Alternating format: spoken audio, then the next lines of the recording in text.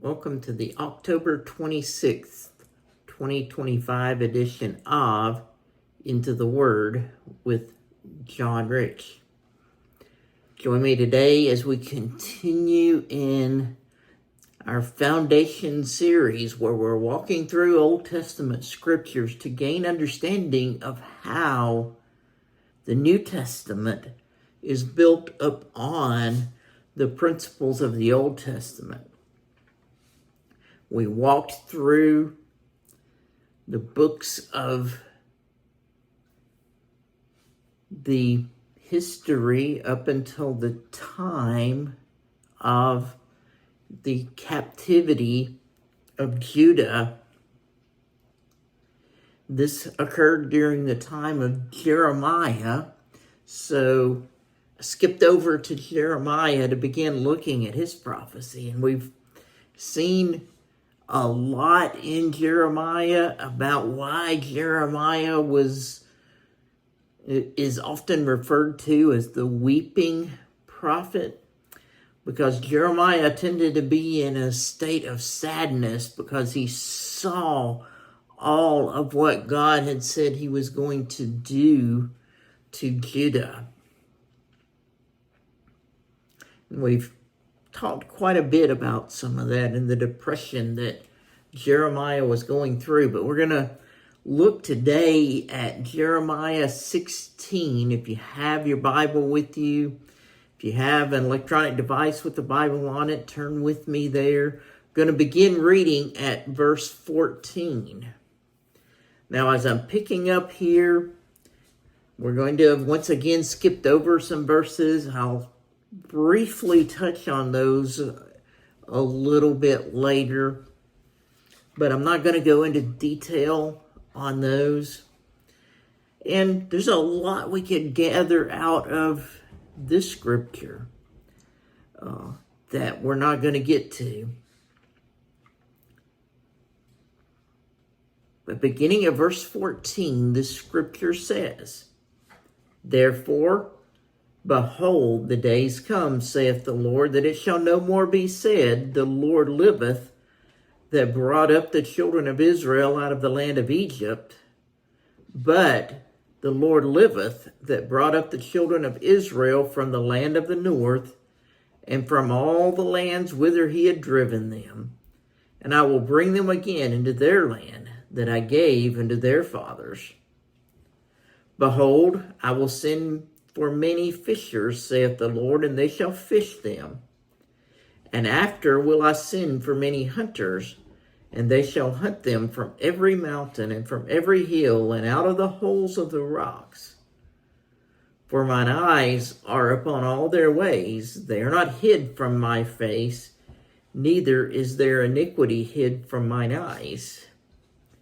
And first I will recompense their iniquity and their sin double, because they have defiled my land, they have filled my inheritance with the carcasses of their detestable and abominable things.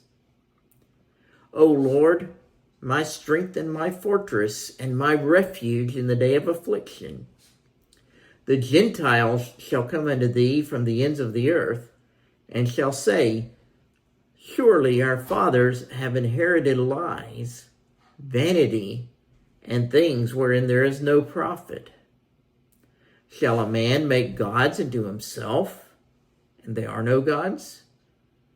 Therefore, behold, I will this once cause them to know. I will cause them to know mine hand and my might, and they shall know that my name is the Lord." Now,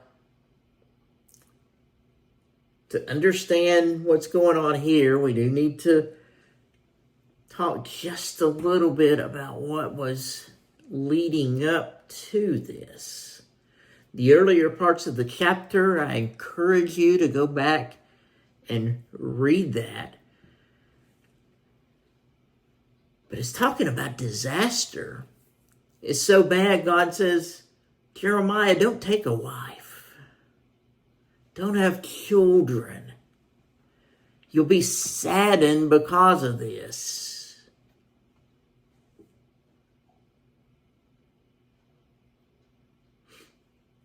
Then we pick up here after God is once again talking about disaster, and come to a point where God begins to talk about restoration. God said that the days come that it's not going to be said that it's the God who brought up the children of Israel out of the land of Egypt, but the God that brought up the children of Israel from the land of the north, from all of the places that I brought them. I will restore them.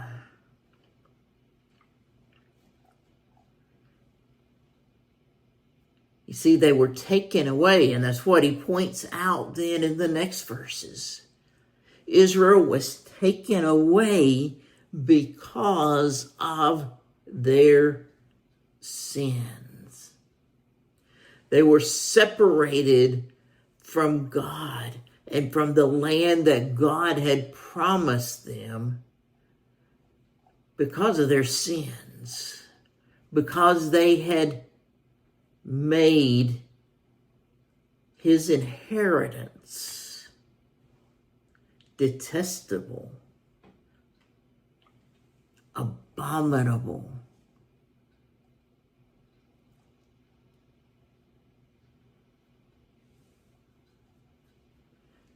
But this scripture here talks about a restoration that would come. You see, yes, they were going to be taken away, but God was also going to bring them back.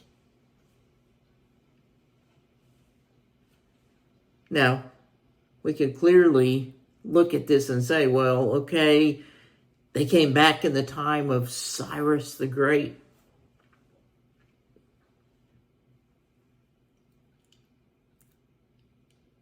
But does this mean more?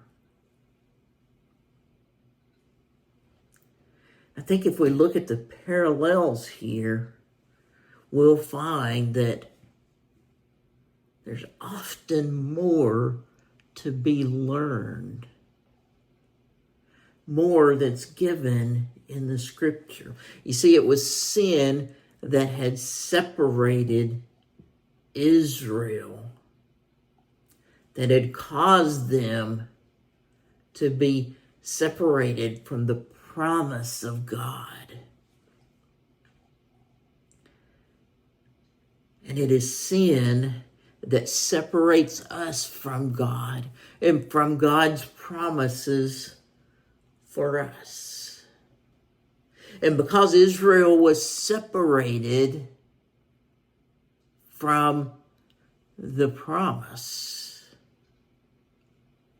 restoration was necessary. They had to be restored to the land that God had promised. This parallels once again with the salvation message. We're separated from God by sin, and we need to be restored. But what does this mean, restored? Aren't we all born sinners? And the answer to that is yes, we are all born with a sin nature. But Acts 17 verse 30 tells us that there's a time of ignorance that God winked at. There's other scriptures that point out that there is a time in our life where we're not accountable for our sin. But at some point in time, God will convict us of our sins. We become accountable to him. We are then separated from God. Prior to that,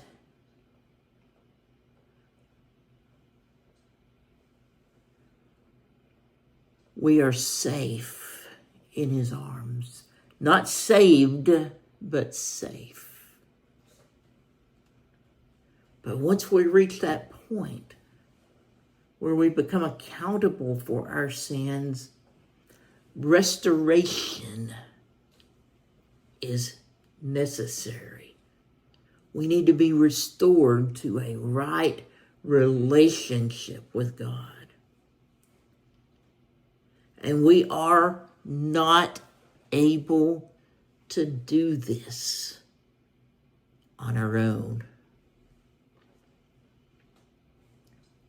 Just as Israel was not going to be able to restore themselves,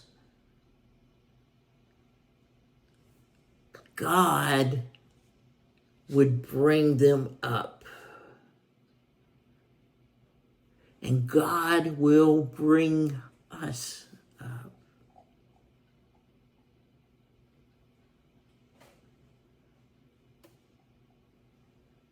God will send the hunters.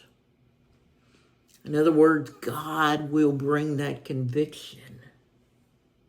And then God will bring us up.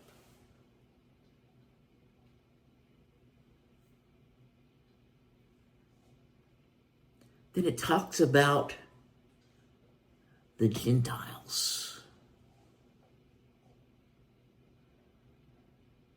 Jeremiah says, O Lord, my strength and my fortress and my refuge in the day of affliction.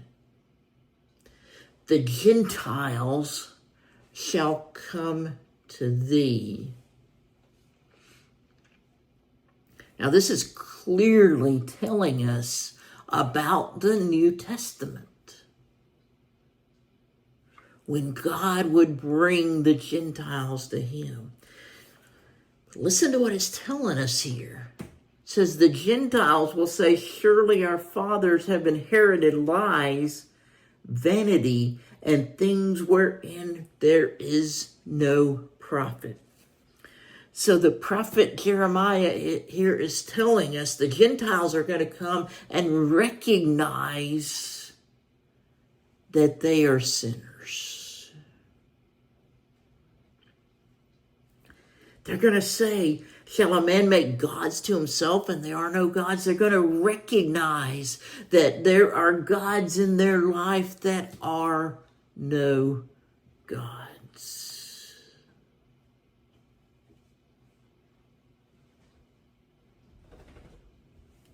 Thank God that the Gentiles have been brought in. They have came from the ends of the earth. The gospel has gone forth. God, it said, will cause them to know his hand and his might. And to know that his name is the Lord.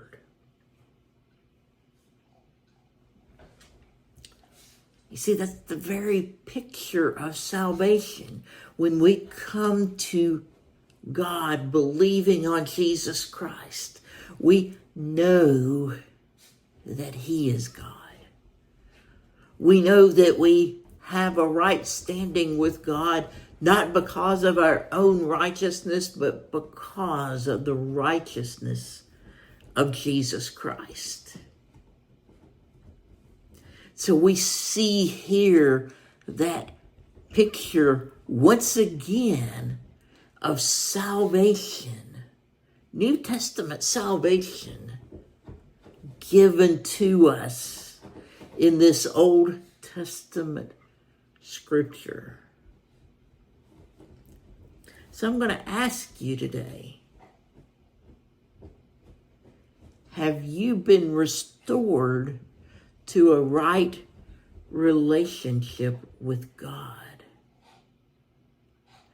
Do you know that He is God?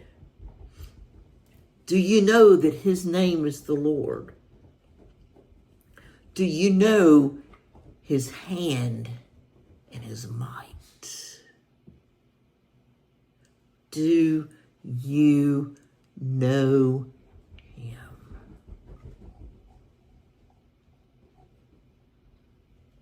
If not, the Bible says now is the appointed time. Now is the day of salvation. So I encourage you, as I go to prayer in just a moment, to pray with me, to believe, and to ask Him to forgive your sins, to cleanse you from all unrighteousness, to give you the gift of everlasting life. Pray with me. Dear Heavenly Father, I come to you in Jesus' name. Lord, I come to you looking at this Old Testament scripture and seeing Jesus. Seeing the restoration that you have given us through the blood of your only begotten Son. And Father, I come to you thanking you for that restoration. Thanking you that while I was yet a sinner, Christ died for me. And because of that, I can come before your mighty throne. And Father, I just pray for those that might be listening to this who do not know Jesus as their Savior. I pray that even at this moment, conviction is setting up in their heart, and that they're calling on Jesus' name and being saved. For Lord, yours is the kingdom and the power and the glory forever. Amen. To go forth this week, show forth the restoration of Jesus Christ. And if you just prayed and received Jesus as your Savior, or if you just want to talk about it more, reach out to me. I would be glad to tell you more about Jesus. Until next week, God bless.